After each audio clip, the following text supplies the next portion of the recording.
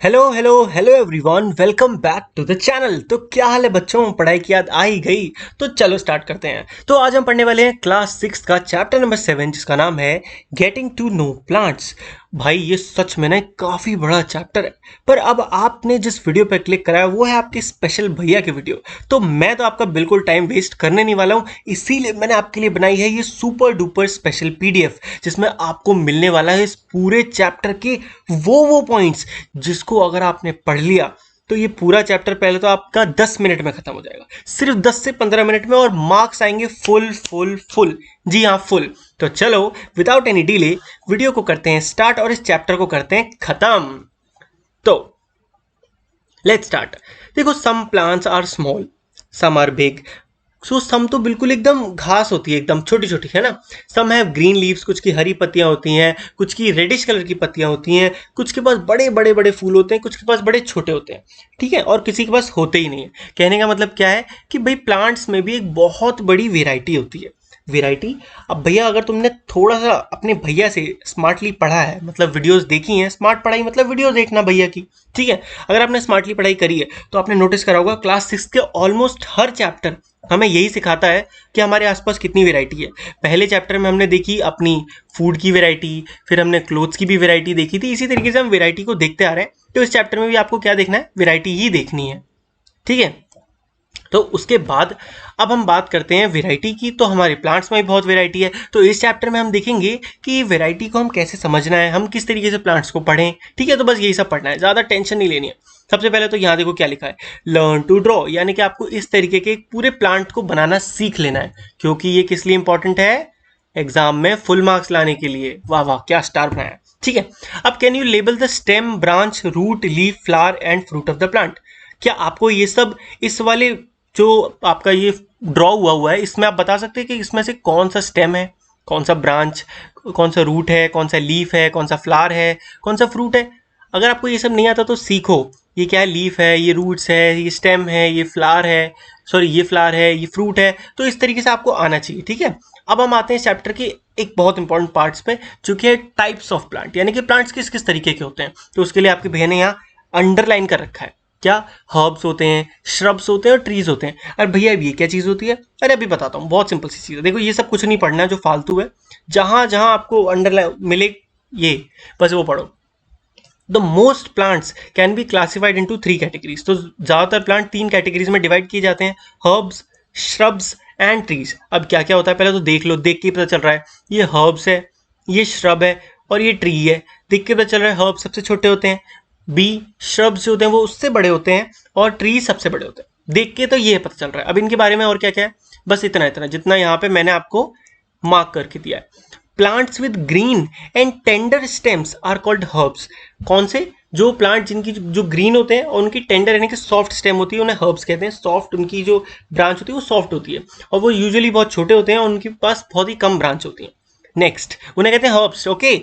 और वो प्लांट जिनके पास ब्रांचेस जो हैं वो बेस स्टेम, यानी कि जो ये जो बेस स्टेम है इस पे एकदम इसके बहुत पास होती है। द स्टेम इज हार्ड, इसकी जो मेन स्टेम होती है, मेन जो ये जैसे ये जो है वो बहुत ज़्यादा बड़ी नहीं होती, ठीक, मतलब बहुत ज़्यादा हार्ड नहीं होती, बहुत ज़्यादा से मतलब हार्ड नहीं होती, बट नॉर्मली हार्ड होती है, और बहुत मोटी नहीं होती। ऐसे प्लांट्स को क्या कहते हैं, श्रब्स। और तीसरा, some plants are very tall and have hard and thick stem, the stems have branches in the upper part much above the ground, such plants को हम कहते हैं ट्रीज। तो जैसे कि वो प्लांट्स जिनकी जो जो बहुत लंबे हैं, जो बहुत हार्ड है, उनका जो स्टेम है, तना जिसे कहते हैं हिंदी में, वो बहुत ठीक, बहुत मोटा है, ठीक है। और उनमें जो ब्रांचेज हैं, जो ब्रांच निकलती है ना, वो बहुत ऊपर है, ग्राउंड से बहुत ऊपर। तो ऐसे हम प्लांट्स को क्या कहते हैं, ऐसे प्लांट्स को हम सिंपली कहते हैं ट्री।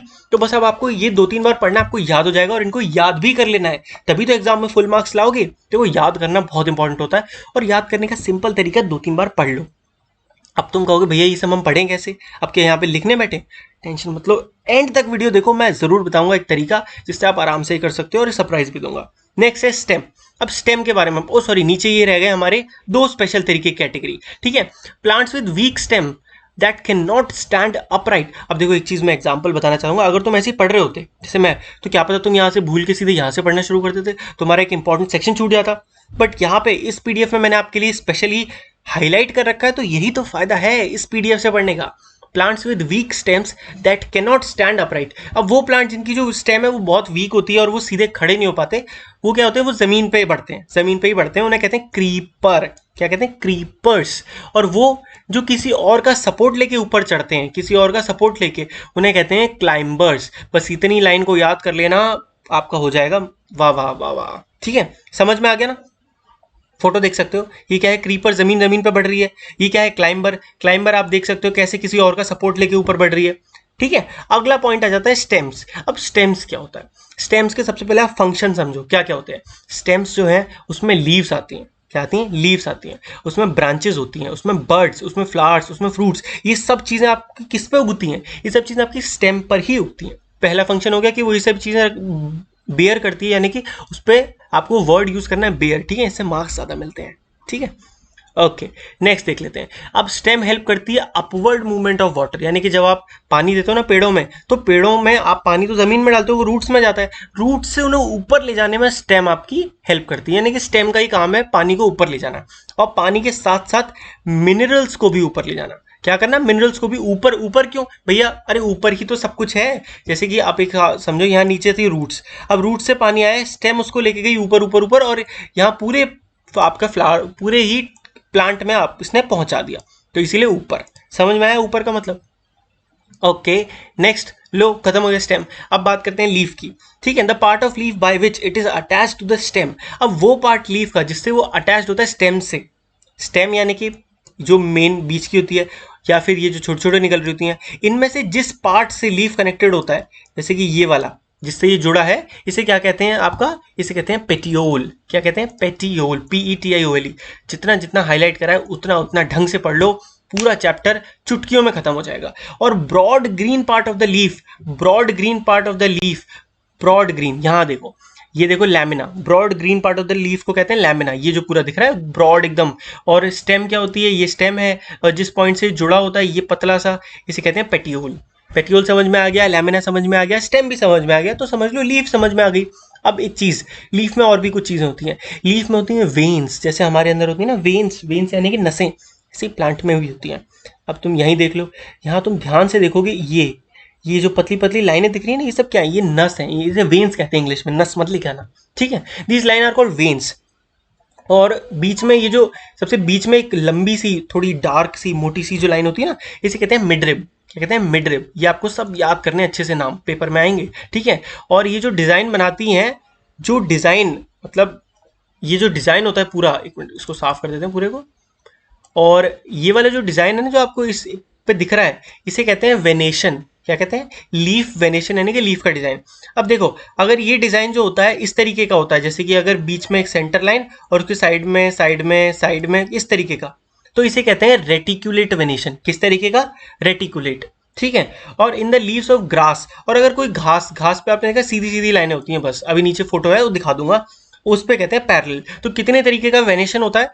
रेटिकुलेट और पैरेलल, बस इतना ही याद करना है, इससे ज्यादा कुछ याद नहीं करना है। ठीक है, तो उतना ही मैंने आपको हाईलाइट करके दिया है, तो समझ लो यही आपके लिए PDF आपका सारा काम कर देगी। यहाँ पे देखो, यहाँ पे कौन सा रेटिकुलेट वेनेशन है, और यहाँ पे सीधी सीधी लाइनें हैं, बहुत हल्की होती हैं, ऐसा नहीं कि एकदम अलग ही दिखेगी। और यहाँ पे है पैरेलल वेनेशन। क्लियर? अब आगे बात करते हैं।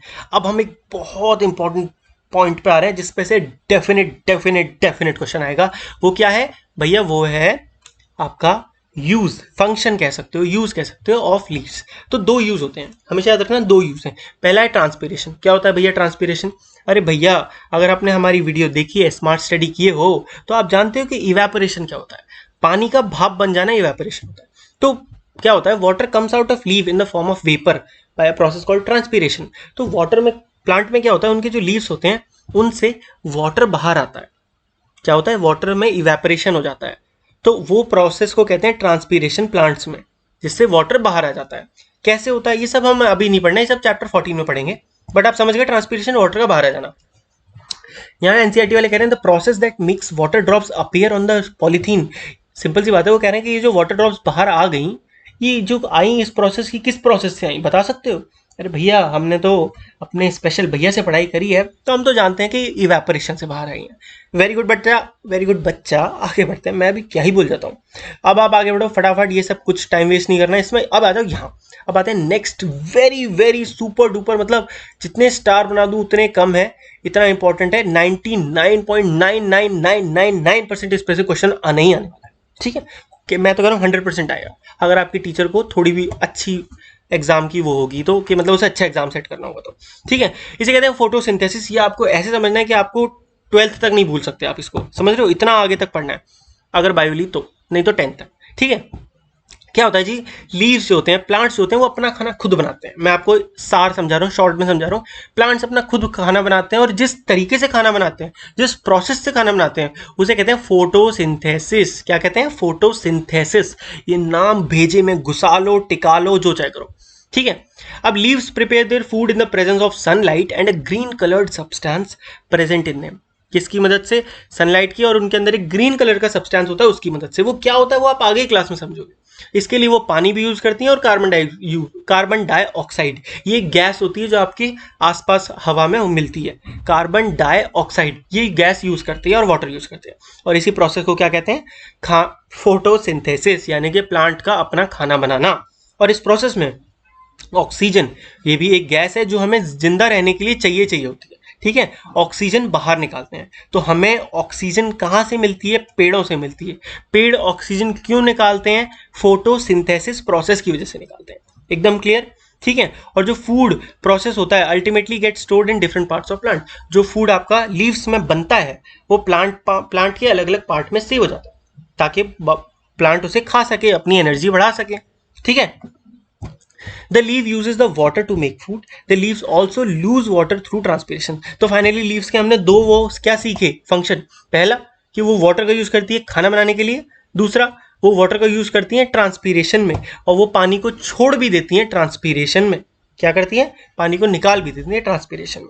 अगला हमारा पार्ट आता है रूट्स का। रूट्स यानी कि जड़, पेड़ की जड़, प्लांट की जड़, ठीक है। तो जड़ के बारे में हमें क्या पढ़ना है भैया, अभी देखते हैं। जहां आपको हाईलाइट ना मिले समझ लो, आगे बढ़ जाओ। एक बहुत इंपॉर्टेंट चीज लिखी हुई है, क्या लिखी हुई है भैया? ये absorb water and mineral from soil. जी हाँ, प्लांट रूट्स का सबसे बड़ा पार्ट क्या होता है? वो एब्जॉर्ब करती है वाटर और मिनरल्स को सॉइल से। जब आप पानी डालते हो ना पेड़ों में, तो पेड़ डायरेक्टली, पेड़ में, पौधों में, तो वो डायरेक्टली एब्जॉर्ब नहीं कर सकते। सॉइल, पानी सॉइल में होल्ड हो जाता है पानी, मतलब सॉइल यानी कि मिट्टी में इकट्ठा हो जाता है, और मिनरल्स भी।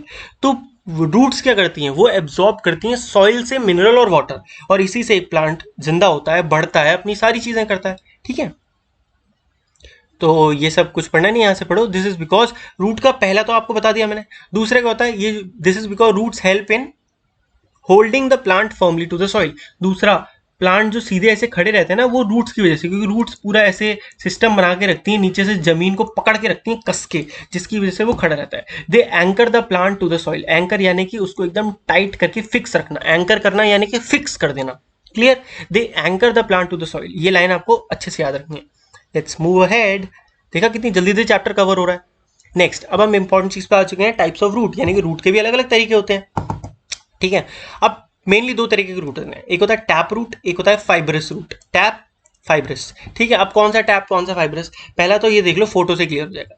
टैप रूट किसे कहते हैं? जिसमें एक होती है मेन रूट, मेन रूट आपको दिख रही है लंबी सी, और इस मेन रूट को हम क्या कहते हैं? This is called tap root. Main root को ही टैप रूट कहते हैं, और ये एक तरीके की भी रूट होती है, कंफ्यूज मत हो, ठीक है। एक बार फिर से समझाता हूँ।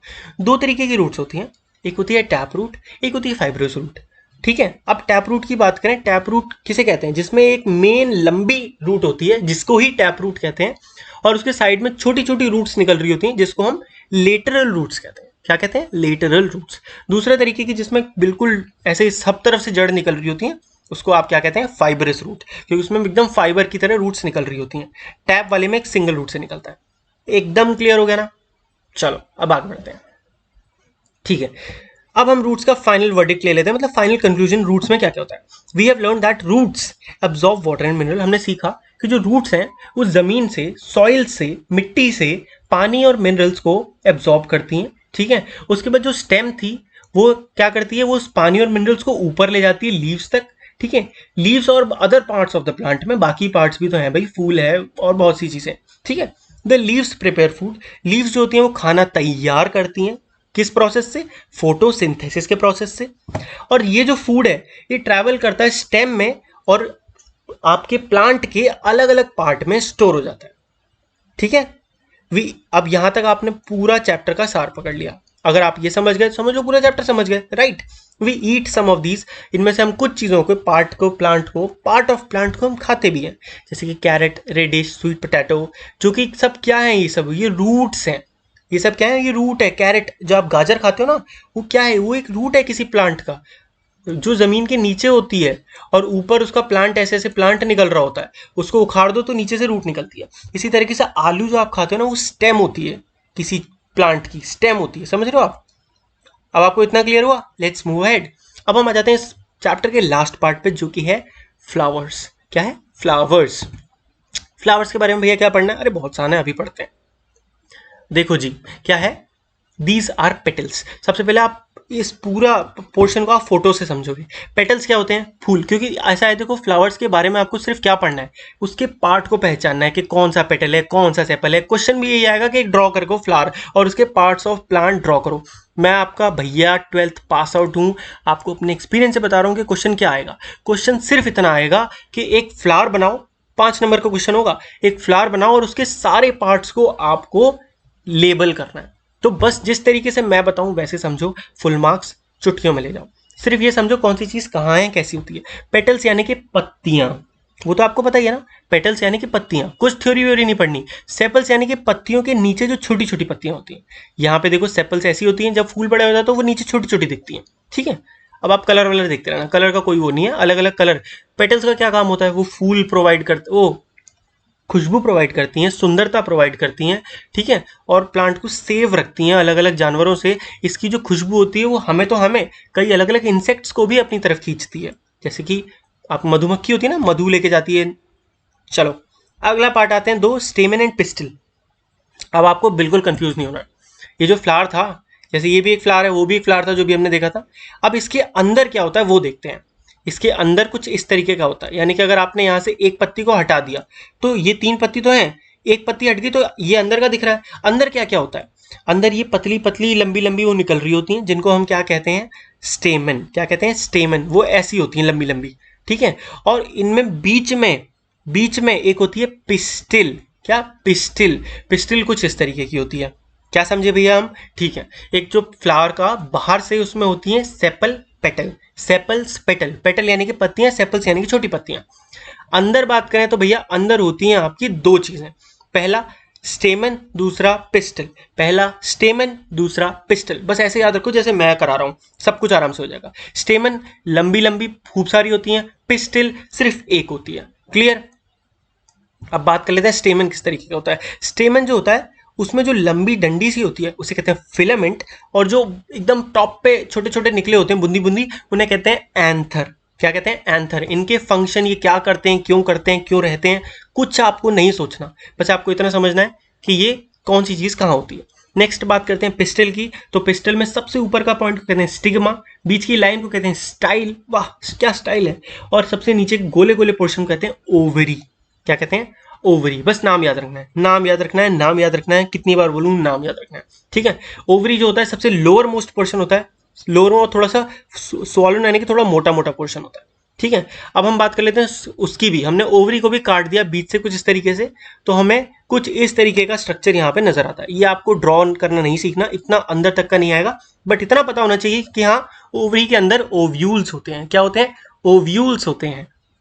जैसा कि आप यहाँ देख सकते हो, ओव्यूल्स कुछ इस तरीके के होते हैं खूब सारे, जैसे ये है, ये इधर भी निकल रहा उधर भी निकल रहा, ठीक है। तो बस ये ओव्यूल्स ओवरी के अंदर होते हैं, इतना ही याद रखना है, ठीक है। और ये स्मॉल बीड लाइक स्ट्रक्चर होते हैं इनसाइड ओवरी, जिन्हें हम क्या कहते हैं? ओव्यूल्स कहते हैं। बस इसी के साथ हमने ये chapter, we will learn about the function of flowers in the higher classes. अब इन सबके फंक्शंस तो हम हायर क्लास में पढ़ेंगे ना, अभी थोड़ी पढ़ेंगे। इसी के साथ हमने फटाफट 20 मिनट में पूरा चैप्टर खत्म कर लिया। पढ़ा के मुझे मजा आ गया। आपको पढ़ के मजा आया कि नहीं आया? कमेंट सेक्शन में फटाफट बताओ। क्या कर रहे हो यार अभी तक? और हाँ, अब आप अगर वीडियो आपने इतनी एंड तक देखी है तो मैं आपके लिए एक सरप्राइज दे देता हूँ। वो सरप्राइज क्या है भैया? भैया सरप्राइज ये है कि ये जो पीडीएफ जो आप देख रहे हो ना, अगर आप चाहते हो कि ये पीडीएफ आपको मिल जाए एज इट इज सेव्ड, मतलब ये जो मैंने अभी ड्राइंग बनाई है ये सब हट जाएगा, और जो इंपॉर्टेंट चीज़ें थी इसमें वो सब हाईलाइट रहेंगी, ताकि आप फटाफट जब भी आपका पेपर हो उससे एक दिन पहले अपने फ़ोन में इस PDF को खोलो और पूरी पूरी रिवाइज कर लो, पूरा चैप्टर मेरी तरह 10 मिनट में। मैंने तो पढ़ाया तो 20 मिनट लगे, वरना 10 मिनट में आप कवर कर सकते हो। अगर करना चाहते हो अभी अभी जाओ, डिस्क्रिप्शन में सबसे नीचे जो लिंक होगा ना उस पर क्लिक करो, वहाँ डाउनलोड का ऑप्शन मिलेगा और इस PDF को डाउनलोड कर लो और बच्चा मजे लो। ठीक है, इसी के साथ मैं चलता हूँ, मिलूंगा आपसे अगली वीडियो में। तब तक के लिए गुड बाय, टेक केयर, पढ़ते रहिए।